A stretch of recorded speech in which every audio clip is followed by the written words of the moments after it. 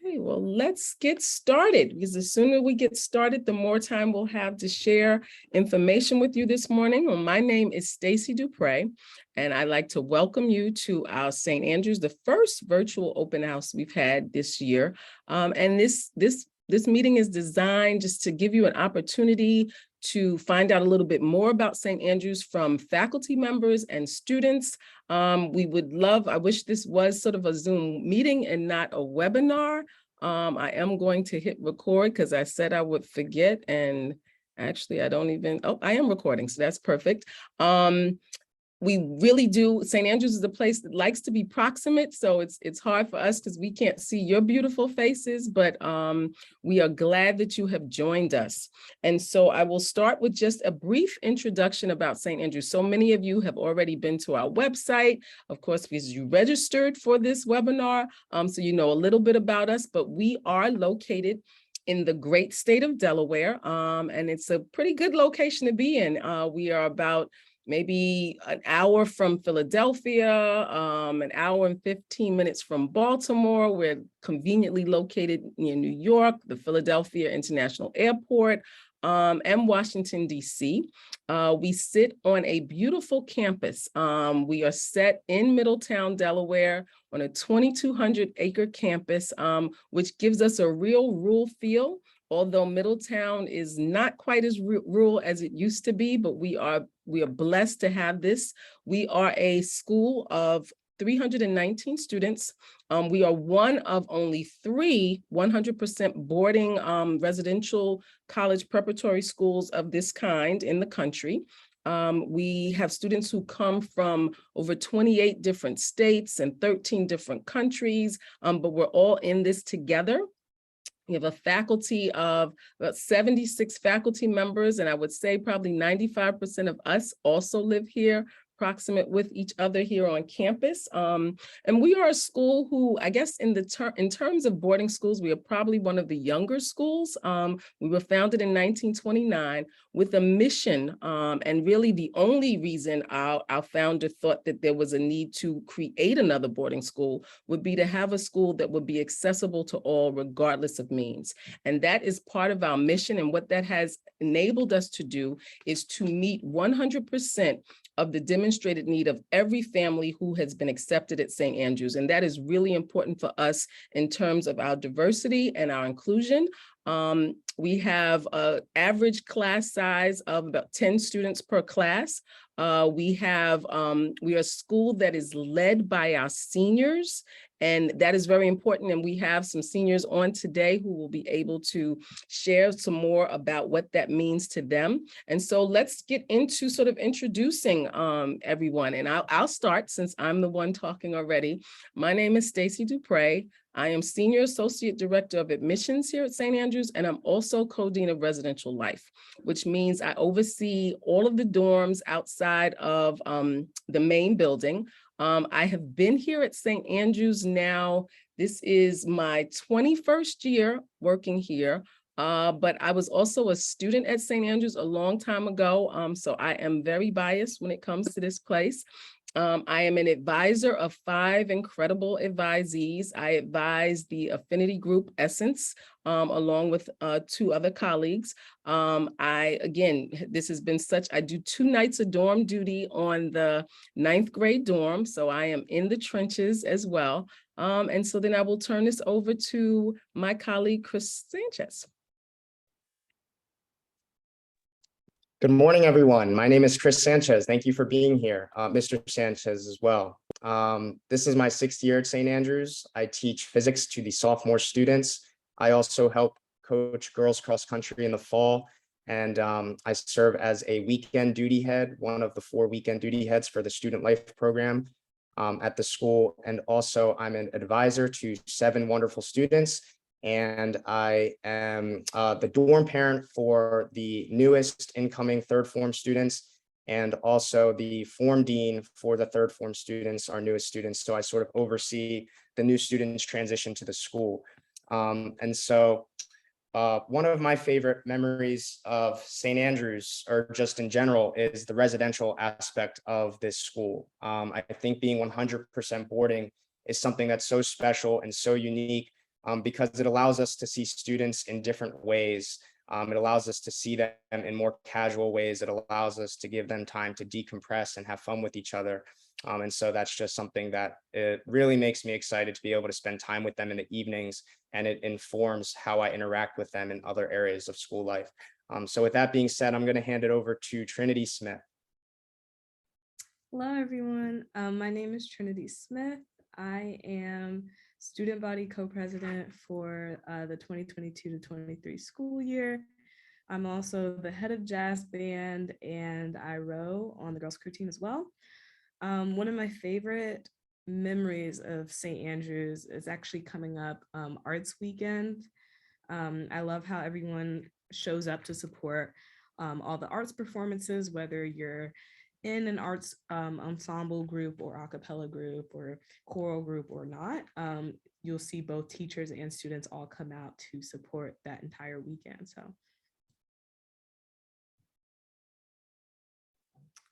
Hey everyone, my name is Ike Lawrence. I'm a senior. Some of the roles that I hold at St. Andrews are residential leader on junior boys dorm, which is called Sherwood. I'm also, this year I'm a captain of the boys varsity soccer team, as well as the boys varsity crew team in the spring. I'm also involved in admissions. I'm a senior co-head with the Cardinal Society. So I give a lot of tours and help out the admissions department to get more students to come to St. Andrews. I also am a singer. So I am a senior co-head of Knox and Tones, which is the on-campus a cappella group, as well as a member of Andrian's Ensemble, which is our choir. One aspect of St. Andrews that I really love and I think is in a lot of ways unique to our community is just the close relationships and connections you will make with both your peers and your faculty member advisors here. And a large part of that is the fact that we are a 100% boarding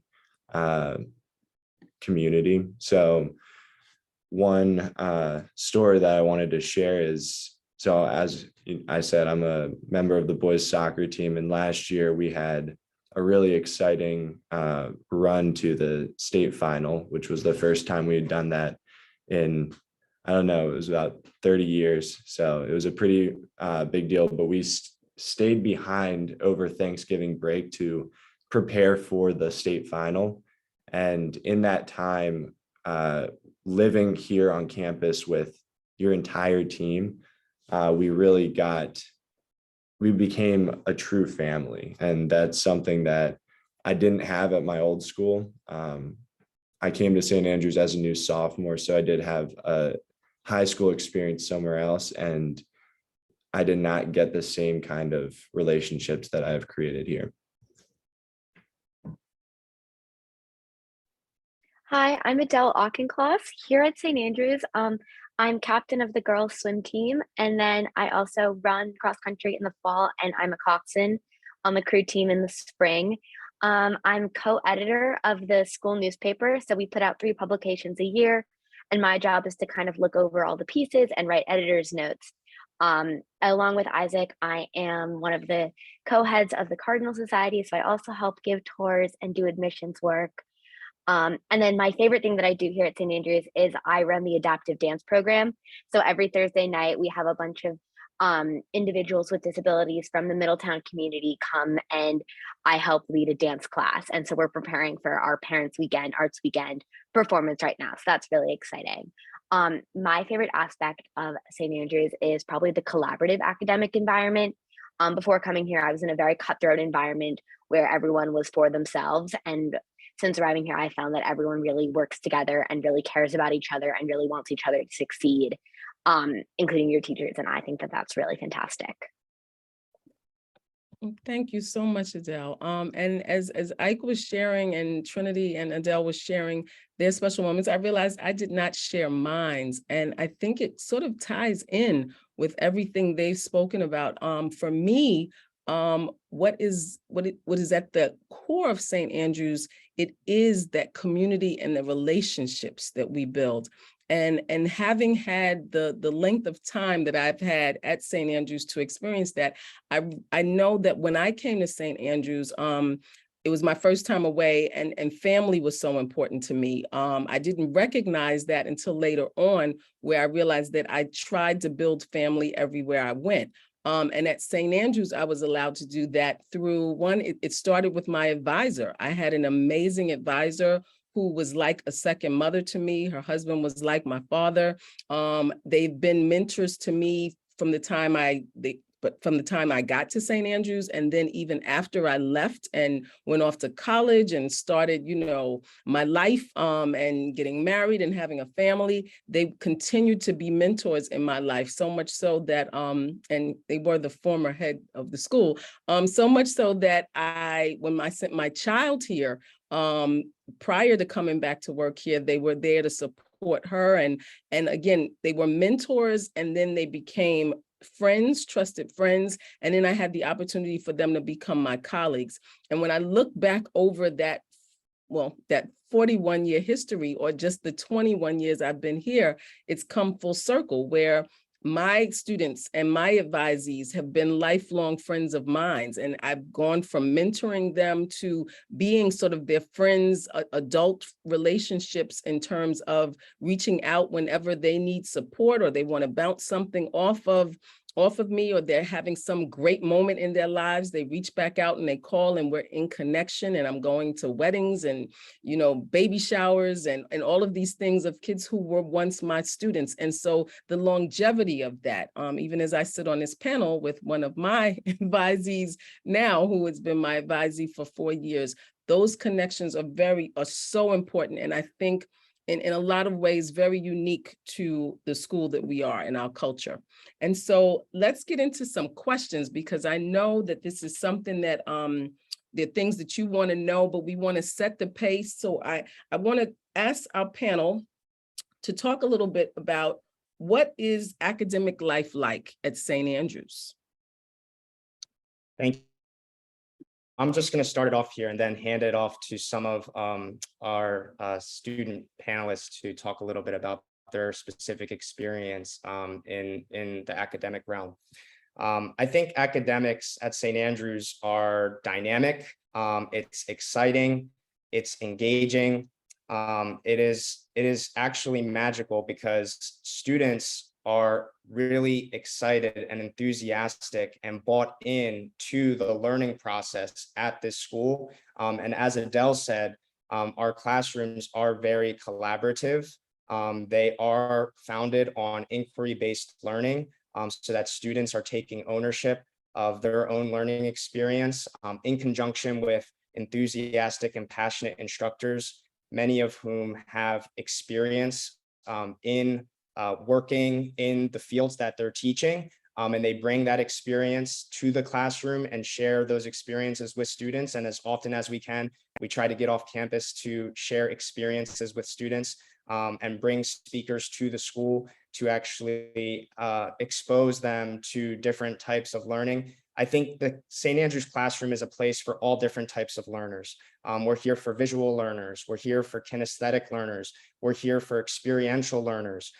We really try to craft our curriculum in a way that is accessible for students coming from many different backgrounds. And in instances where they face challenge, I would also say that one of the hallmarks of the St. Andrews academic experience is the level of support that teachers have for students, and the level of trust that exists between the students and the teachers.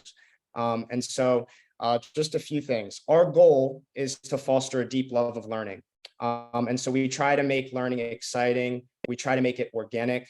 And even though we have 75-minute classes, which sounds like a long time, I would say that a lot of students probably think that classes tend to go by quickly, because teachers try to design them in 15 to 20-minute activity segments, so that it feels as though you're sort of moving and engaging with the material in different ways. Again, sometimes through direct instruction, sometimes through a collaborative environment.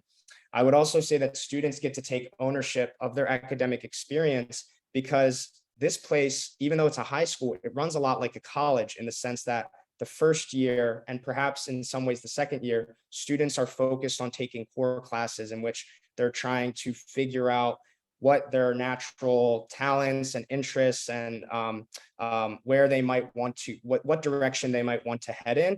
And then in the last 2 years of their high school experience, they really get to choose the direction that they want to go in. And our hope from the adult standpoint is that students will come and share their already developed natural gifts with us, but that they'll also sort of stretch themselves to try different things and perhaps surprise themselves in that process and leave here with a set of skills that they perhaps did not have when they got here. And the last thing that I'll say is just building off of what Ike said in the beginning is this relationship component.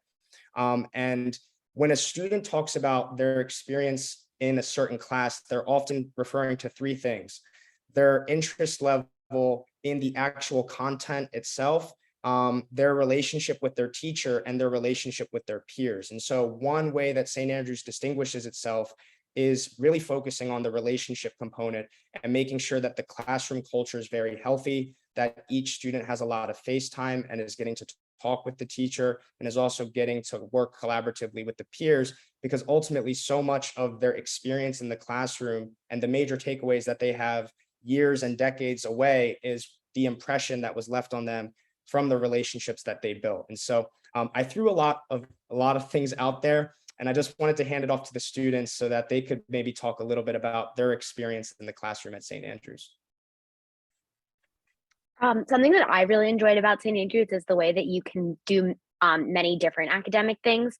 So for example, I'm really into the classics, so I take both Latin and Greek, and that's a really unique experience to get to take ancient Greek at a high school.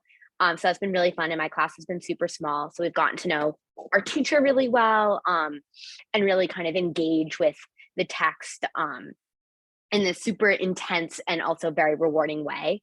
But I also, before coming to St. Andrews, I didn't really think of myself as a very sciencey person. But last year I decided to challenge myself and enter into the Mclean Science Lecture Competition, which is this competition where juniors and seniors can give like a 15-minute presentation on any sort of science research of their choice. So I researched prosthetics and I ended up making it into the finals.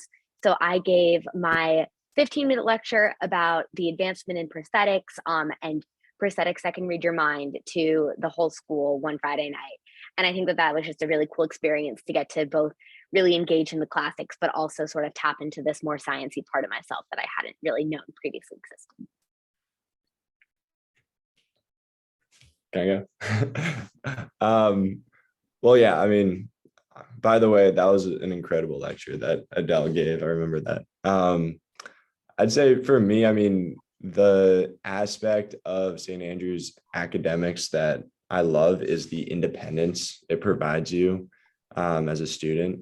And it can be seen, like, regardless of what class you're in, whether you're in a humanities class or a math and science course, like there are aspects of the teaching that supports you really just going and trying to figure things out rather than being told something and then being asked to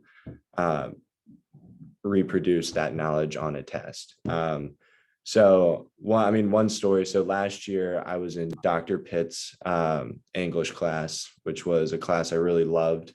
And Dr. Pitt's was actually a new faculty, but there was, we were reading short stories at the beginning of the year, and in a class discussion, I made this assumption about the race of one of the main characters in the short story.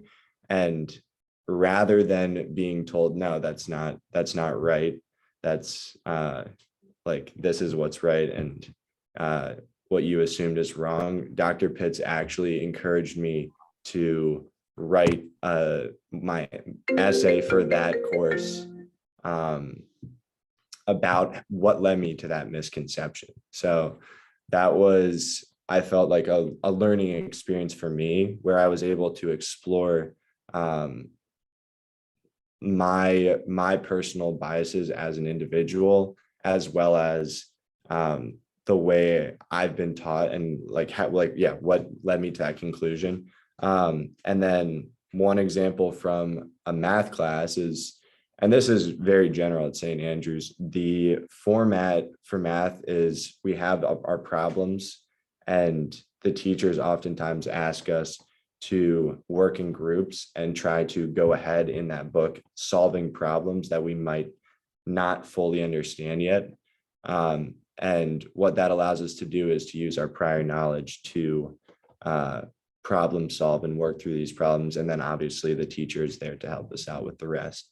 But I think that those are two examples that jump out to me, embodying that idea of independence as a learner, and the nurturing of mistakes and turning them into learning experiences that I think St. Andrews does a great job with.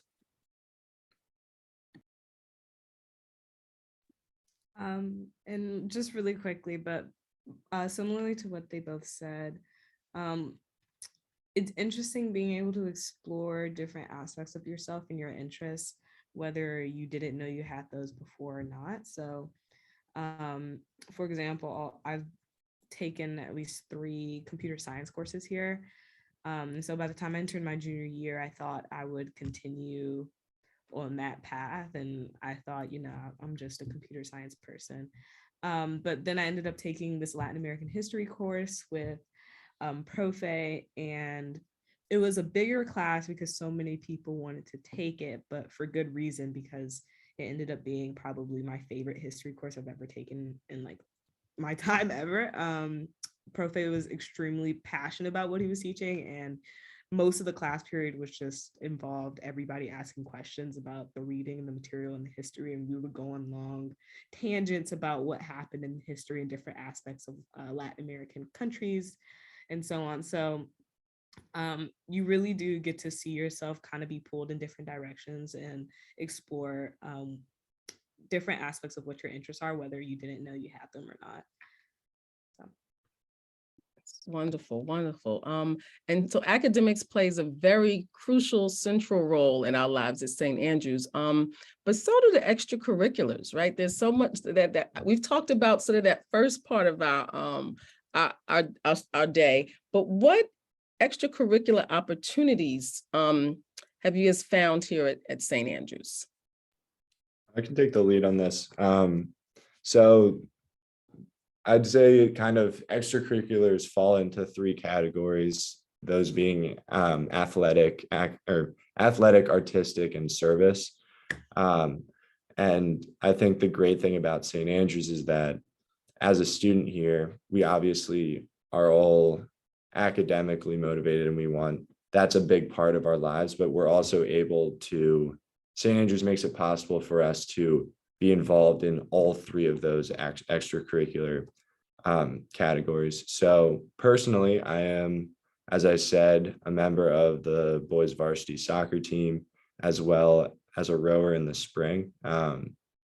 And artistically, I am a singer in Knocks and Tones, which is something I did not expect to be involved in when I came to St. Andrews.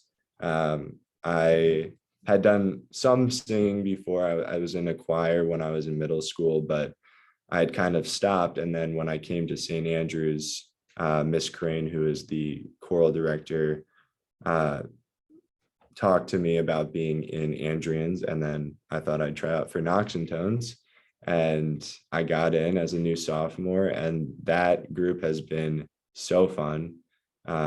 And we perform at school meetings and parents weekend, grandparents weekend. So it's a lot of fun. And then service, every Wednesday, the school, we have a long lunch period. So in that time, there's a lot of community service that is organized. A lot of students get involved with mentoring at local elementary schools in the Middletown area. I'm sure Adele will talk about the adaptive swimming. That is a great program. but so that's a built-in time, but you can also be involved in other ways, going to cook meals for Epiphany House and other homeless shelters in the area, and not only going to cook for them, but also getting to share meals with those people. So all of those things are great. And I love the fact that as a St. Andrew, I'm allowed to be involved in all, like, not just, I don't have to just be an athlete. I can also be an artist, and I can serve the community. Yeah, so I can talk a little bit about the adaptive programs at St. Andrews. Something that really drew me to St. Andrews when I was applying was all the adaptive programs. My sister has cerebral palsy, and so when I decided that I wanted to go to boarding school, I really wanted a way to still remain connected with her. And my freshman year, I did fall dance in the afternoon. And Mr. Gold, the dance teacher, invited me to participate in the adaptive dance class, which I kind of briefly explained earlier. And I fell in love with the adaptive dance class. My St. Andrews big sibling, every freshman is paired with a senior big sibling, led the class. And I'm still in really good contact with her. And I've reached out to her about now the fact that I'm leading the class. So it feels like a very full circle moment. St. Andrews also offers adaptive swim classes on Wednesdays. And then in the spring, there's adaptive swim classes on the weekends as well. One other really big part of the adaptive athletics at St. Andrews is the Special Olympics, which is happening on November 5th this year. And so I'm part of the steering committee who's trying to work out how that's going to run and getting the students excited and involved in the Special Olympics. So I think that the community service aspect of St. Andrews, and especially the adaptive part, is just essential to the school culture.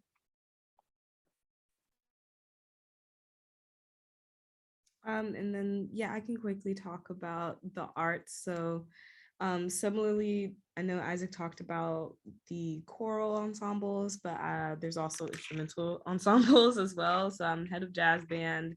I've also been in orchestra, so I've been doing jazz and orchestra all 4 years. And it really is an amazing place. You kind of get to see everybody step up. People you may have never seen before kind of step up on stage, will take solos. I came in as a freshman and ended up being the only bass player in the jazz ensemble. And so that was a really cool, unique experience for me, because rather than, you know, as a freshman, you may be kind of intimidated by your upperclassmen, but they really did embrace me and remind me that I was doing an amazing job in jazz and holding my own. And that really did build my confidence coming in as a artist, and reminded me that I had a place in both the academic aspects and extracurricular aspects as well of St. Andrews.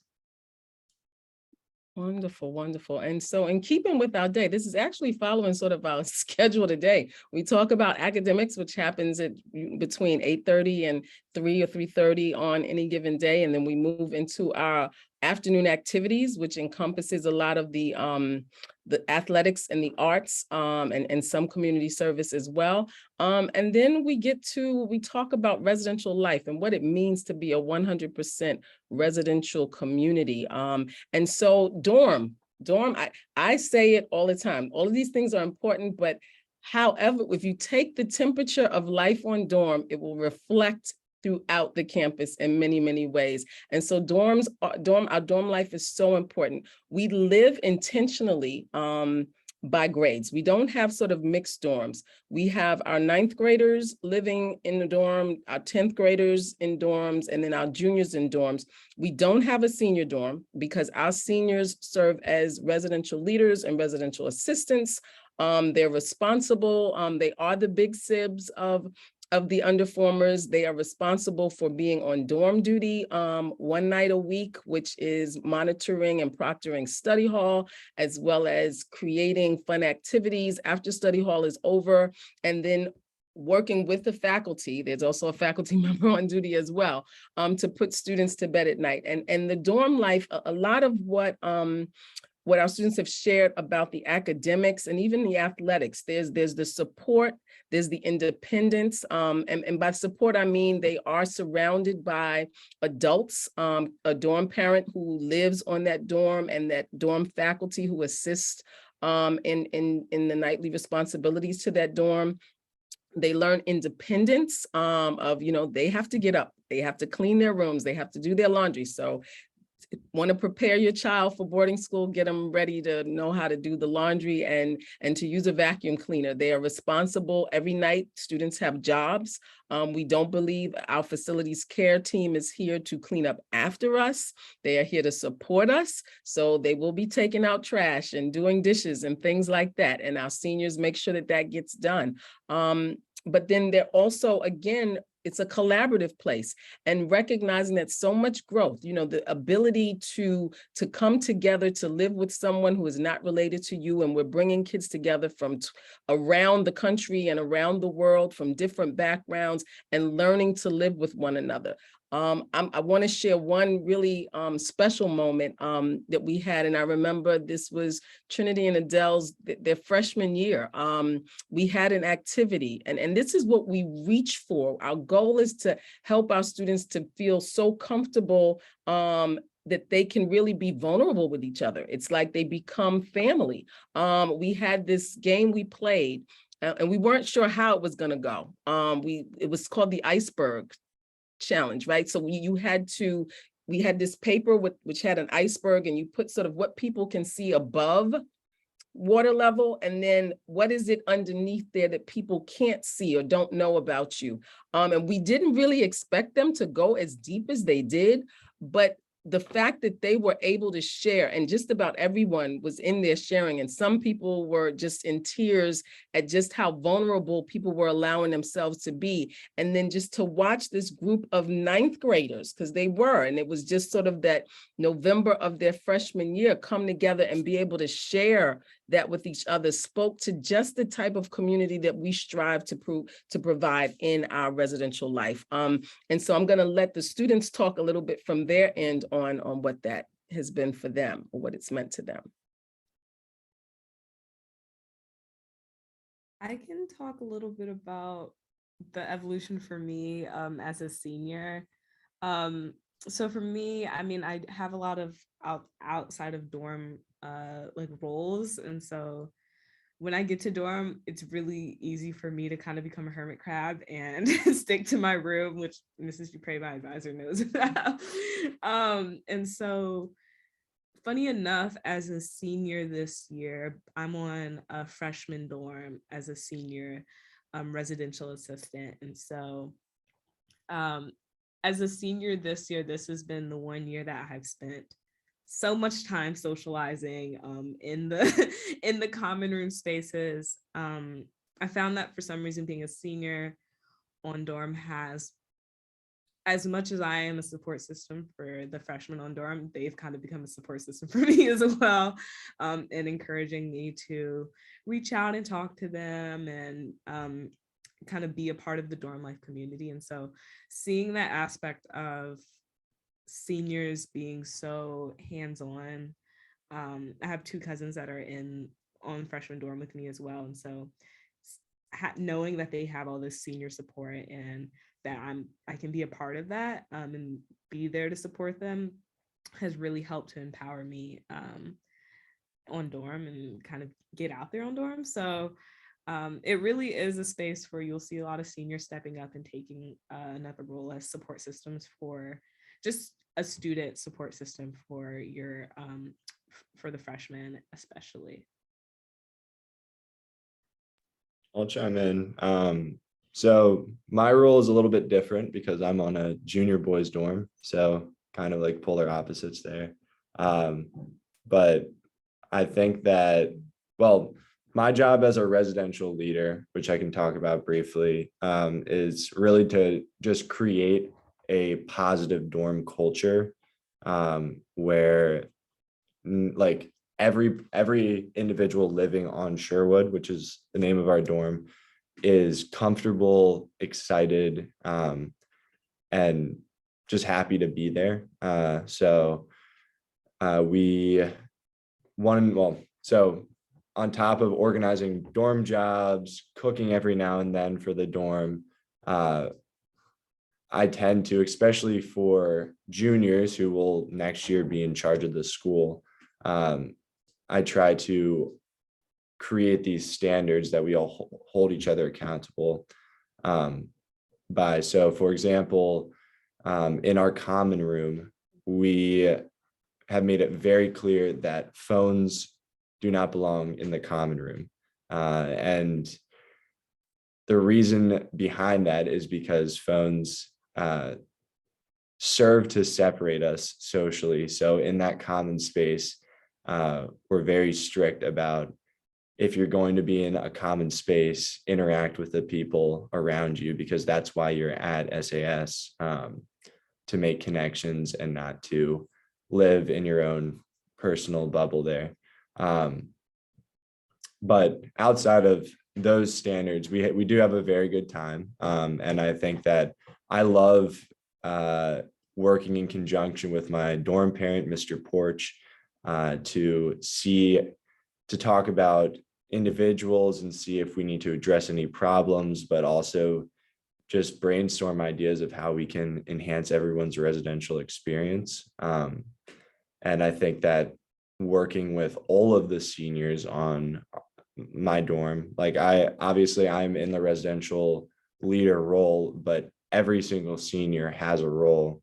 And I think that that's super important, because all the seniors really take ownership of their leadership roles on dorm. And kind of another note to that is the way that seniors living on different dorms adapt in different ways. So, well, a good example is last night I picked up a duty shift on Hillier, which is a freshman dorm. So I was able to see the difference in interacting with juniors versus interacting with freshmen, and it is very, very different. But I really did observe how the seniors on that dorm have become so accustomed to those individuals and they're doing such a great job. Whereas me being on junior dorm, I'm doing the best I can with those individuals. So I just think it's great the way that we all work together, and because the seniors do really affect the culture of St. Andrews, and residential life is the foundation of what we do here.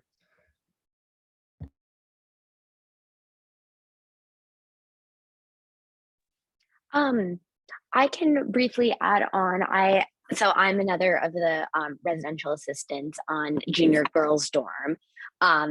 So it's very different from, all the dorms are very different, and junior girls are also a unique challenge because we have 3 separate junior girls dorms.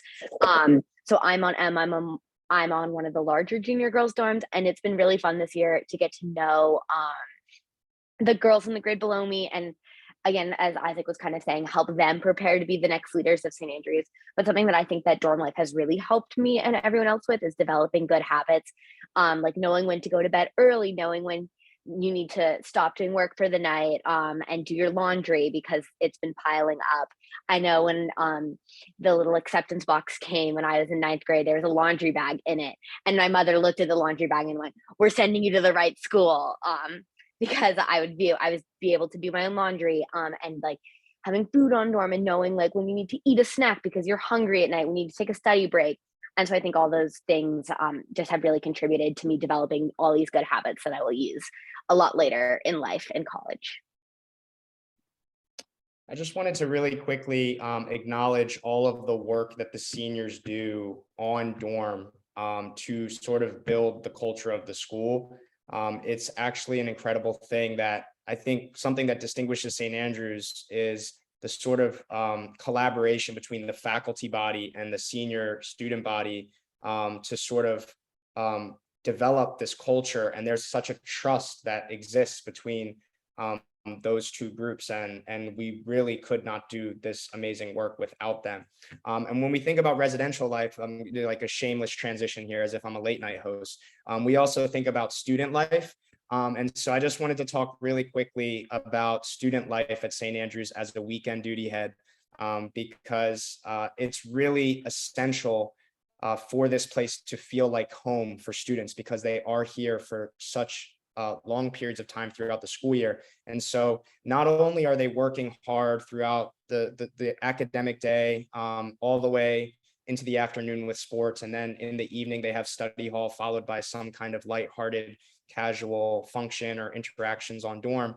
But eventually Friday comes, right? And we're ready for the weekend. And one major decision that the school made this year, which affects everyone, is that we got rid of the Saturday class programming. And in place of that programming, you can see Isaac cheering over there. In place of that programming, we've in some ways slowed the pace of the school down by just having students sleep in or rest. We think that's really important. We've also added in student life programming on coaching students, whether it's like how to develop. So for example, this morning, the 3rd and 4th form students, the 9th and 10th graders are thinking with the Mazzoni Center from Philadelphia about how to foster healthy relationships in a residential setting. And so again, something that's essential to the school community, but might not fall under biology or chemistry or physics. I'm a science teacher, so those are the things that I think about. But eventually Saturday afternoon comes and the students are ready to have fun with each other. So the way student life works at St. Andrews is typically every weekend has some kind of theme centered around it. And many of these themes are based off of traditions that have been built throughout the past decades of St. Andrews history. So one major one that sticks out to almost everyone is the Frosty Run, which is this incredible opportunity where every grade at St. Andrews gets on a bus and goes to a Wendy's and gets Frosties. And there's always this like really big hype around it. And there's, open mic nights. Now that we're approaching the fall, there's a lot of fall themed activities happening. I think this weekend we have Fall Fest. And so there's going to be a bunch of indoor and outdoor activities. I think students, one of our teachers yesterday got on stage Thursday during all school meeting and said that there's going to be students pulling a truck down the main drive of our school. And so that's going to be interesting. And so we basically just try to create fun here. And so much of that depends on the student body, because again, they don't only take ownership in the residential setting, they also take ownership with respect to creating fun. And so we have something called the Form Council, where students within each form who are really passionate about creating programming for students work together to create fun activities for the student body, ranging from dodgeball tournaments to swimming in the pond, to going on a hike in the woods.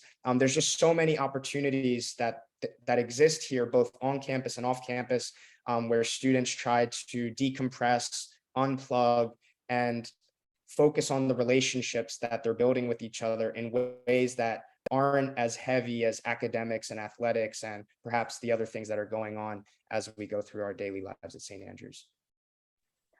Very quickly, just adding on to the part about keeping relationships going, I saw that there was a question about calling family members. And I found that, so I'm the kind of person, I call home every single day. My parents love that. And I found that usually if I want to call my parents, I'll just ask my dorm parent if I can step outside to get good service and call my parents. And I'll chat with them for maybe 20 minutes, 15 minutes a day. And it definitely varies from student to student. But I found that actually going to boarding school has really improved my relationship with my parents a lot. I'm very, very close with them because they're not there seeing me every moment of the day. I have to tell them everything. And so we've created really good open lines of communication. And people will definitely call in rooms, and everyone sort of figures out a schedule that works for them and their parents, but it's definitely feasible. And many people do call home very, very often. Thank you for grabbing that question, Adele. And it is very important. Relationships are very important to maintain. And I know as a parent, you love to hear from your child as much as you possibly can. And so, like I said, our students are allowed to have cell phones. We are just really fighting the battle, right, to keep the cell phones in their rooms so that they are, as Ike said, engaging with the people who are around them, and not necessarily on social media or, chatting with people virtually. So there's definitely time to call home. We just try to limit the having phones outside of individual rooms whenever possible.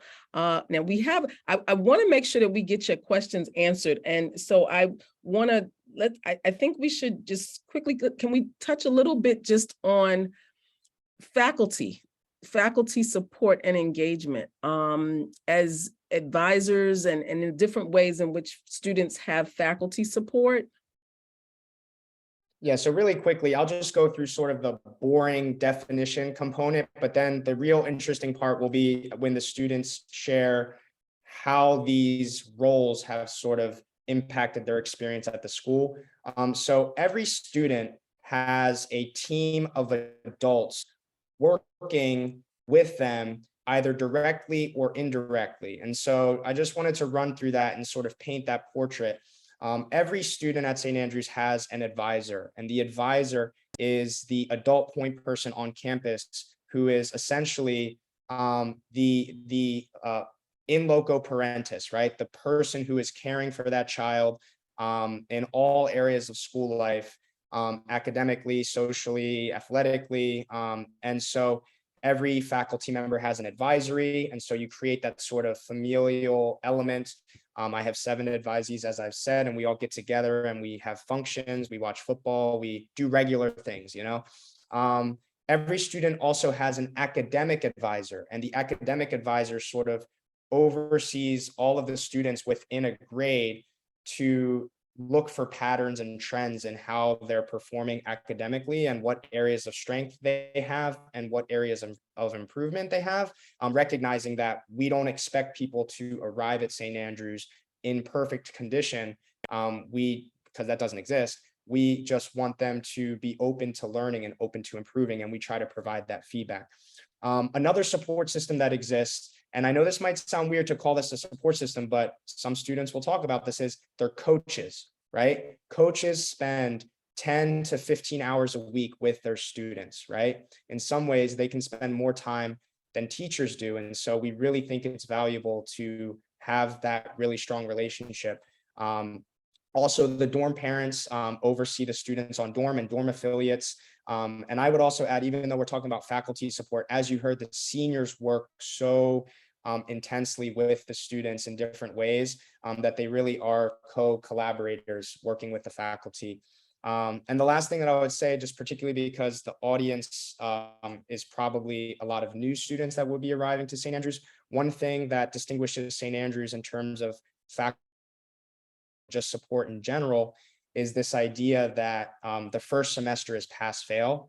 And so we really want to encourage students to arrive at St. Andrews prepared to take academic risks.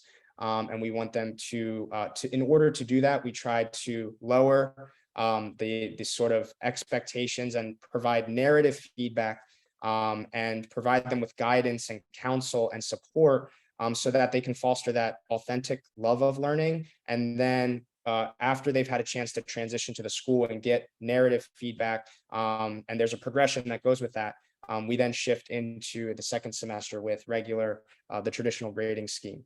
And so the other thing I'll say is that we have a learning specialist at the school. We have many students that go to St. Andrews that have learning plans and learning differences. And as I said, all students are able to learn at St. Andrews because teachers have these learning plans and are ready to adjust their lesson plans and make accommodations to support each student, recognize that everyone learns differently. And so those are just some ways that the adult community sort of sets out to support the students in direct and indirect ways. And I just thought I'd hand it over to the students in case they wanted to share any specific moments or general ideas as it relates to faculty support. I think, well, you did a pretty good job there, Mr. Sanchez, of embodying the way that when you come to St. Andrews, you join a community that strives to support every individual who's here.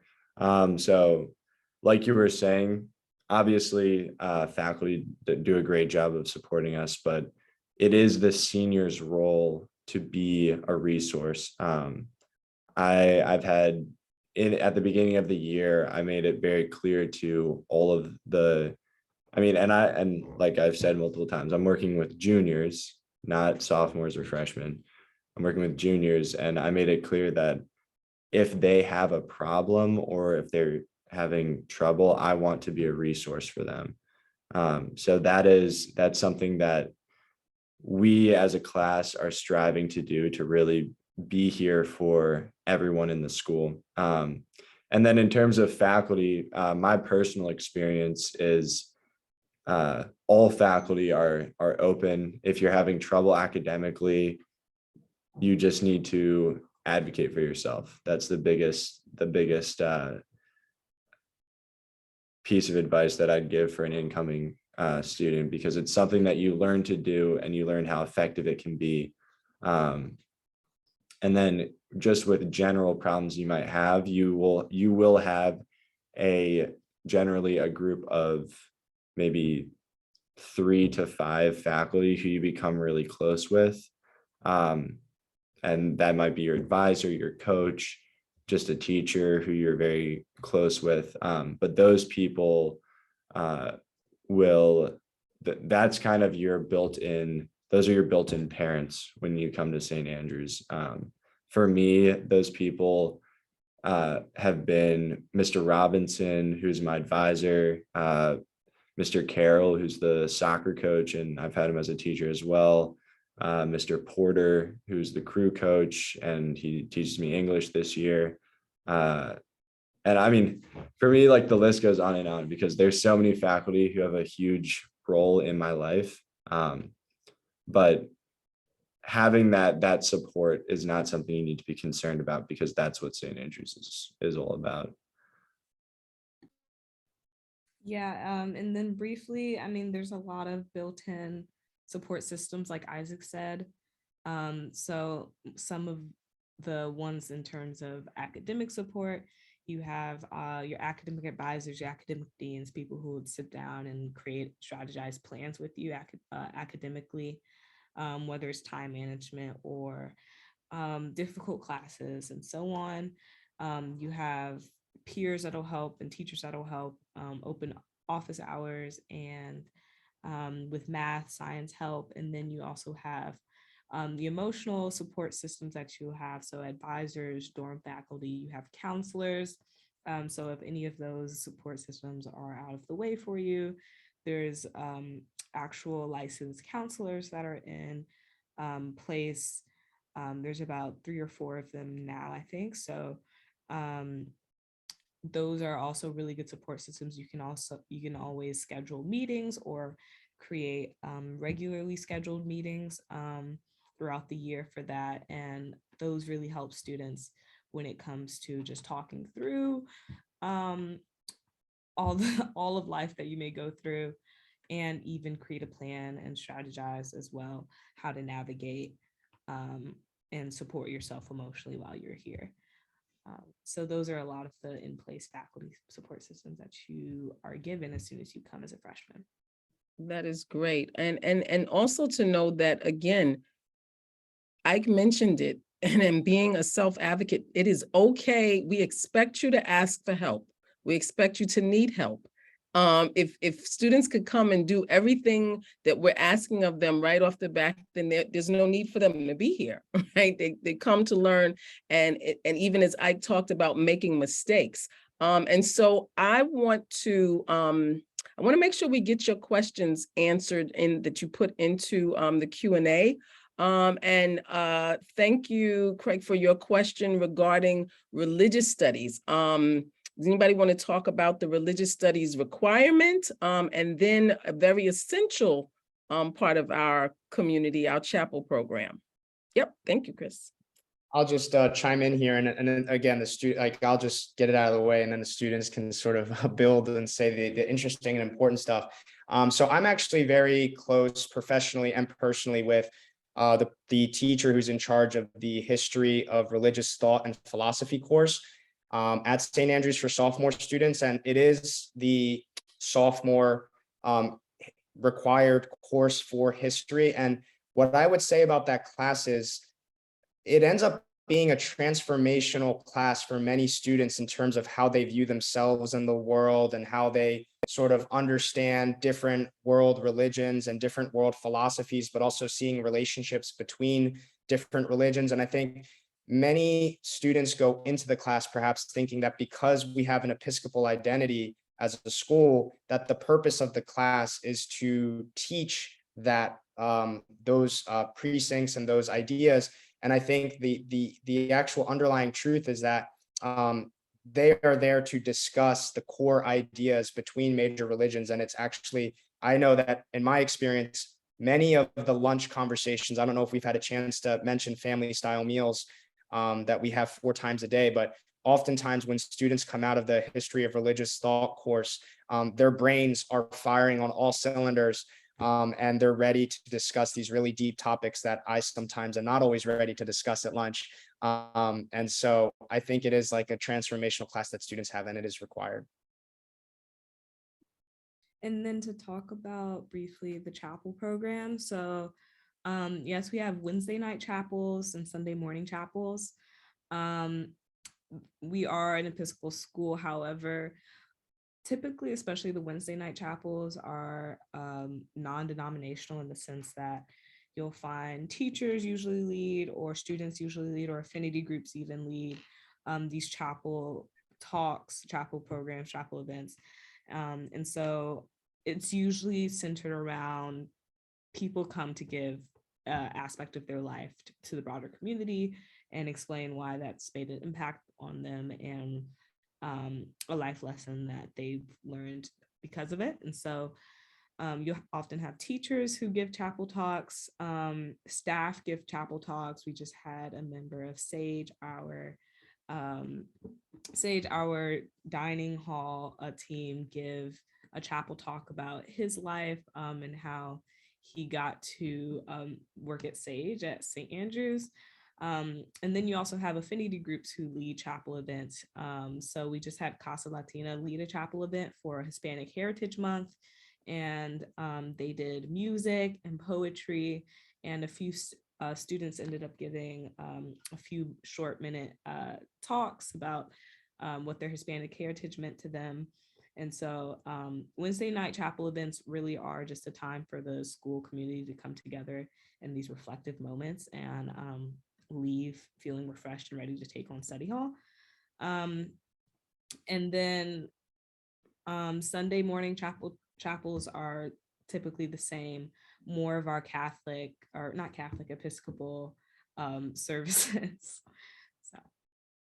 All right, thank you for that. And then I wanted to just touch on, so we don't have Saturday classes anymore. And so the question was, do a lot of kids leave on weekends? I'll tell you no. The weekends at St. Andrews, even though we don't have classes on Saturday, there is programming on almost every Saturday. Whether that's club time to meet, whether there's speakers that are coming to talk to different forums, speeches, elections, things like that. So and then there's sports obligations, because there are games, there's practices, there are rehearsals for theater and different things. So the weekend typically does not begin until your last commitment on Saturday, which could be as early as maybe 11 o'clock or as late as 3 or 4 o'clock after your game is done. And so our kids typically don't leave. And I say this because I think there's a lot of weekend activities that's planned. We have SWAG, our student weekend activity group, that plans lots of activities for the weekends, as some ran down what we're going to be doing tomorrow or tonight, because we have the big soccer game that Ike is heading up on Under the Lights this evening, where I think the whole school is going to support that game. People don't want to leave. You played hard all week. I mean, you've worked hard all week. You've played in some games all week, and you don't want to miss out on the fun things that happen on the weekend. So we typically don't have a lot of kids who leave. Now, to that end, students are allowed to leave campus on weekends. If you're going home, you have a certain number of weekends you can use in a particular term. And we do have trips into town. And if you're close enough, you can even visit your home and come back on on a Saturday or a Sunday. And then the after school schedule is, so after classes, which end either at 3 or 3:30, we then go into our afternoon activities, which is sports, community service. If you're in the theater or dance, you're rehearsing or practicing between 4 and about, I would say 6 o'clock we go up to, because if varsity teams tend to practice a little bit later. And then dinner opens at 5:30, and that's 5:30 till about 7 o'clock. And even in between those times, you have clubs that will meet, you have rehearsals that'll happen, different activities, but mostly it's free time to hang out with your friends, be on the front lawn, playing, hanging out. And then our study hall, everybody has to report back to dorm by 7:45 for dorm jobs, room inspection, and then we begin study hall from 8 to 10. Study hall ends at 10 o'clock, and then depending on the age, lights out will run from 10:30 till 11 o'clock. And then seniors, by that point in time, we are going to leave you to learn how to get to bed at a reasonable time, because college is coming. So that's sort of the afternoon activity after the school day. And there's a dress code question. I'm gonna let the kids answer the dress code question. I can just do quick, we can go to dress code in a sec, but I just wanted to, on the weekend piece, I and my whole St. Andrews career, I only recently took one weekend off of campus, and it was to visit a college. So and that's my experience. Everyone is different. Some kids do tend to go home every now and then, but I would say for the majority of students, everyone wants to be here on weekends, which I think is awesome. And then in terms of dress code, so we just made the switch because the weather is getting colder, from haycock dress, which I'm kind of in right now, at least for male identifying students. It would be polos and khakis, to classroom dress, where we are wearing blazers and button-down shirts. And so I think the dress code is great. I like it because you look good, you feel good, you do good. That's the motto I like to live by. But it's nice also because everybody is looking sharp and going to classes and feeling good about their day. I don't know if Trin or Adele wanted to add anything. Yeah, just building off of that point, I would say the dress code ranges from like business to business casual during the school days. And then once we get to chapel events, that's when you get into either your business or maybe even more formal dress attire. So dress code is usually tucked in shirts, belts and slacks, and nice shoes that you wouldn't wear to go work out in. And then you can also wear skirts, nice shoes, once again, tucked in shirts, and so on. So, and then cardigans and blazers in classroom dress, which is the name of that type of dress code. But if you're in haycock dress, which is typically for more warmer climates, when we're in the spring or early fall, that's when the blazer and the cardigan isn't necessarily a requirement. And just to add, the dress code, that's really just during the academic day. Once we're out of the academic day, you can be casual in shorts, jeans, sweatsuits, whatever works for you. But the dress code is strictly for the academic day or chapel when we are having a chapel service. I'm gonna let you guys answer the food question, right? Because you want to hear from the kids, not the adults on that one. But there is a question about clubs, and it's a topic of whether students are allowed to join club teams outside of St. Andrews in addition to participating on school teams for sports. And that is a complex question. I'm going to just throw this out. We're in the process of trying to figure some things out. And there have been students who have been allowed to join club teams. The challenge is that it can't interfere with their academic schedule here or their game schedule for their current team. And so some students who have found club teams that they can get to that operate sort of on a Sunday, sort of Sunday time period or Saturday afternoon time period, it's worked out pretty well. But that is a work in progress. We have a new director of athletics this year, and some different things are being put in place. I didn't want to not answer that question, so I'm answering it as it stands right now. There are some opportunities for that, but it just can't interfere with the school schedule. Ike has something to say. Yeah, I was just gonna add to that, because I did have, like, as an athlete, I played club soccer when I'm from Baltimore, so I played club soccer in Baltimore, and I also played for my high school. And when I came to St. Andrews, I continued to play club soccer, but I would be more of a guest player. So I would play during the summer and whenever I was home on breaks. But I think that with Mr. Cunningham, who's our new athletic director, and with the help of all coaches and faculty, St. Andrews it's really, as a school, trying to support student athletes, especially if they want to pursue athletics in college, in ways including club sports, also getting to college showcases, and then throughout the entire recruitment process. So I would say that if you are concerned about that, don't be. There's a lot of people who are here to help, and yeah, we will make it work somehow.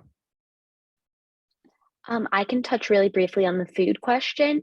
So St. Andrews does a really good job of providing different options for food, and especially I would say they do an excellent job with providing dietary restrictions. So I have a lot of food allergies, and they take special care to make sure that none of my allergens are in any foods, and if they are, that I know about it, and they provide me different options. There's a peanut butter and jelly station, there's a salad bar. And so there's sort of all these different ways that you can get the fuel that you need for the day. And there's a question about break periods. So during the school day, we typically have anywhere from 5 to 30 minutes in between classes. It really does depend on the schedule for that day. So you either have a 5, 15, or 30-minute break in between classes. And then everybody has at least one free period typically, which is just where you don't have a class that block. So if my free period was A and I had a block second period, that basically means I would be free that period. So depending on what your workload looks like, typically students come to the library, or they'll go on dorm and do their laundry, or call their parents, or read a book, or go outside, take a walk. You know, you have a range of options. That's really a part of the independence aspect of St. Andrews. And then after the school day, so after sports, you have a time between dinner and study hall. So dinner starts at 5:30, and study hall, you have to be back on dorm for cleaning your room and room inspection at 7:45. So typically that time between there every day is free. And then obviously weekends, so Saturdays and Sundays are the really big free days where you have a lot of weekend activities planned. And then in terms of your breaks from St. Andrews, each term, so fall, winter, and spring, we have a long weekend. We just returned from long weekend on Tuesday of this past week, where you will go home on Friday and then have to return on Tuesday. So there's one in the winter, there's one in the fall, one in the winter, and one in the spring. Our Thanksgiving break typically runs about 10 days. You leave the Friday before Thanksgiving, and then you return on the Monday after Thanksgiving. Then we have our winter break, which is usually around December 15th to 17th. And then students usually return maybe 2 or 3 days after the new year, unless you're an athlete and you come back a little earlier for for preparation for the season. And then we have our spring break, which typically runs about 2.5 weeks in March. And so if you look at a calendar, you can say things work out. You are home almost once every calendar month, and February could be a long shot, depending on how early spring break starts. So there are lots of great breaks home. And I will say our students, they don't start working with college counselors until they're assigned their college counselor the early winter, is that correct, of your junior year. We really want kids to focus on being here and doing the work they need to make that college process easier. And we don't want their St. Andrews career to be focused on what's the next step. So they don't officially start to work with the college counseling office until the winter, where they're assigned their college counselor of their junior year. And if students require transportation home, we do have someone who arranges for transportation. If you're coming from the New York area, there is a New York City bus that will take kids back and forth during breaks. We're looking at expanding that to maybe a DC area or a Virginia area mini bus as well. But we do have someone in charge of helping to arrange transportation to and from train stations and airports and the such. And so I want to be respectful of your time. We told you this would be probably about a 75-minute conversation. And I want to keep to that because I know everyone is so busy.